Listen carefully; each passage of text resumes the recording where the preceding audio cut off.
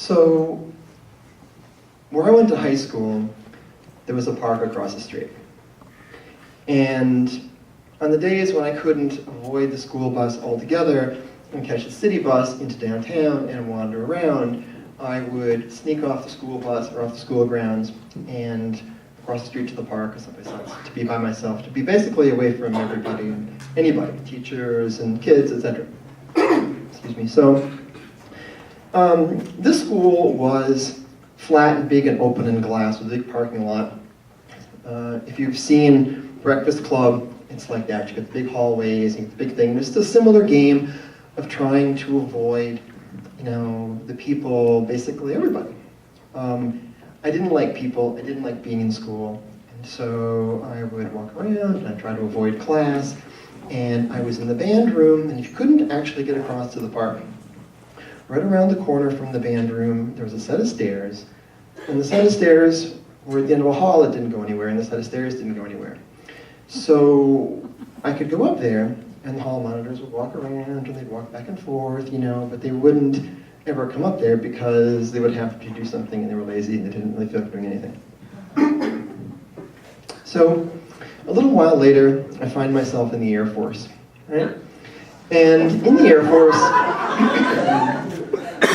Force, every moment that they didn't regulate and control, I basically was gone elsewhere. I'd go into town, I'd walk around base, I'd be somewhere else, and just to get away from them. Now, they regulate a lot of your time, as you might imagine, those of you who've been in the military. They're all about togetherness and doing things together and whatnot. But even when we were together, we had, like when I was in technical school, would get up in the morning, like some ungodly time in the morning. It was dark, and we'd get up and we'd form in this big marching unit, which I used to know the name of, and I don't really care about anymore. But the point is, I would stand there, and I'd be standing here like this, and there'd be like somebody in front and back, and all sides of me, and we'd start off marching, and I'd be just awake enough, right, to measure my distance, maintain that little distance, kind of stuck in that little cube, and we'd march to thing. And that's as awake as I was, and as awake as I needed to be until we got to class, which was about 15, 20 minutes from then. So even when I was there in this group, I was always in this kind of isolated space. I was kind of in my own sort of thing, and that was okay, I mean, I was a guy, and I was young, and I liked kind of not, doing my own thing. So I go to college, I go to graduate school, I leave, and I go into the Peace Corps. Right? So the Peace Corps, by its very nature, is a solitary and isolating experience. And there are a few friends that have been in the Peace Corps here tonight, and it's you think the military is tough. You want to do something tough and the military isn't enough, go into the Peace Corps, because there's no mess hall, there's no uniform, there's no somebody telling you how to dress, what rank you are, what job you have, there's no place to go and get your accounting and finance done, and guess what? You're all alone someplace, you speak a foreign language, you're in a foreign culture, and you spend an enormous amount of time by yourself.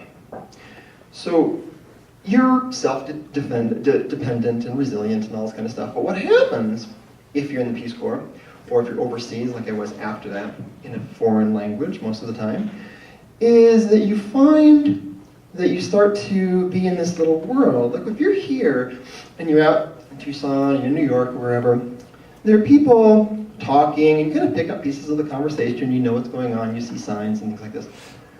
But if you're in someplace where you don't speak the language, even if you sort of speak it, if you're not really paying attention, people just kind of talk and it just sort of becomes this noise, right? And the noise becomes very comforting, as a matter of fact, because you just now have this sort of cocoon, and you don't have to feel like you really associate with somebody. You can always say that you don't understand what they're talking about, even if you do, if somebody that you don't like. You can just say, I'm sorry, I don't know what the heck you're talking about. So, I get back from the Peace Corps, get back from traveling overseas someplace, and I'm at a friend's apartment in San Francisco. And this is in a neighborhood called The Mission, if you know anything about San Francisco. And it's right between, it's just off Dolores Park. It's a really, really great place to be, and they had been moved in when it was a really crappy place to be. And they developed it and made it really nice and whatnot. And I'm in their place, and I'm in the kitchen, and I'm hanging out, and I just kind of come back and was getting used to being back in San Francisco, and I was going back to New York, etc. And I'm in the kitchen and I'm thinking through this thing. I'm thinking through this situation that I was facing, which was some job or something. You know, they're gone, he's at work and she's elsewhere and the apartment's empty. And I'm thinking about this and thinking about this. And all of a sudden I hear from the other room, sounds good to me. And I realize that I wasn't thinking about it at all, but I was talking about it. Not only was I talking about it, the apartment wasn't empty, but my friend was in the apartment. And I was like, immediately embarrassed, immediately shocked, and immediately going, what did I say? What was the thought that went through my head and that actually came out my mouth, and what was I talking about? But apparently he wasn't too offended by it, and I kind of moved on with my thing. So, moved years later, I've been in my transition for about a year. And I've been transitioning hormones for about a year, and transitioning for a few years. And what's changed, among other things, has been my relationship to people around me, especially my relationship to women. I have realized that I need women, and I need the relationship in my community much more than I ever understood before. And in the last year, since my brain has been driven by estrogen, not by testosterone, it's become even more so. My relationships have changed, my feeling has changed, my interaction with the world has changed, and a lot of these things. And about a week ago, maybe just a little over that, I'm at this party, as it happens, a returned Peace Corps volunteer party. And we had wine, which we tend to drink a lot of, and had food inside, and we went outside, we're having a big meeting, and I'm sitting out there, and something happened. Some gentleman said something accidentally which really hurt my feelings. And it had really been a long day, and I knew they were good, well-meaning people. But I just got up, and I went into the kitchen, and I employed a strategy that I had employed thousands of times before. Go, be alone, get a drink, stay in the kitchen, let the happenings go home.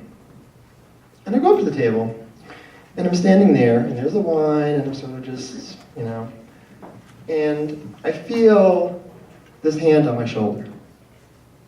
And I look, and there's one of the women here, and another one here, and another one here, and another one here. And I have these 4 women who were friends, but not great friends, and they were just there. It was just solidarity and protection and being with me until what I was experiencing I was able to process out or drink enough wine to process it out, whatever. And I didn't feel uncomfortable about that at all. I didn't feel like I wanted to be alone at all. I felt very protected. I felt very connected. And I've realized, as I've realized in the process of much of this, is how women interact with each other, how they interact with people that I didn't realize as a man at all. That I feel women will go to and protect some other woman and support some other woman in an environment, somebody that may not be a friend, just because we need solidarity. I consider myself independent and strong, and I can do things, and I'm well educated, and I'm experienced, and whatnot, and I could have survived that issue in the kitchen, and had a little wine, and gone home, and it would have been fine. But I was there with these women, who are now my community, and I was so grateful for that experience. So, when I go through life now, and when I walk through life, it's not like I did before. It doesn't matter who I'm with or who I'm around. Because I feel a connection, and I know that I have support from people, and I have a connection to people. There are a lot of people, few people anyway, mostly women, who have come to watch me tell my story here tonight. And I am so grateful for that, because I'm not alone here. I'm not alone here. I'm here with you out there, and me up here. We're together. Thank you for coming.